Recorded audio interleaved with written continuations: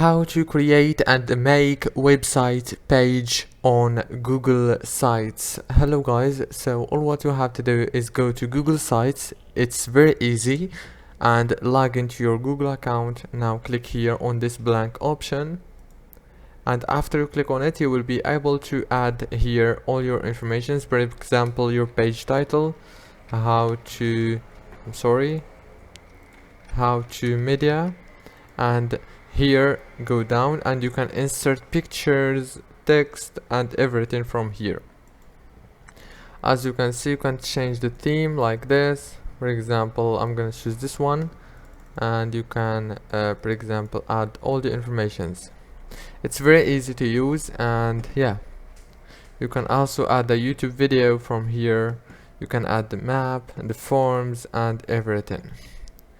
If this video was helpful, don't forget to like and subscribe, and thank you for watching.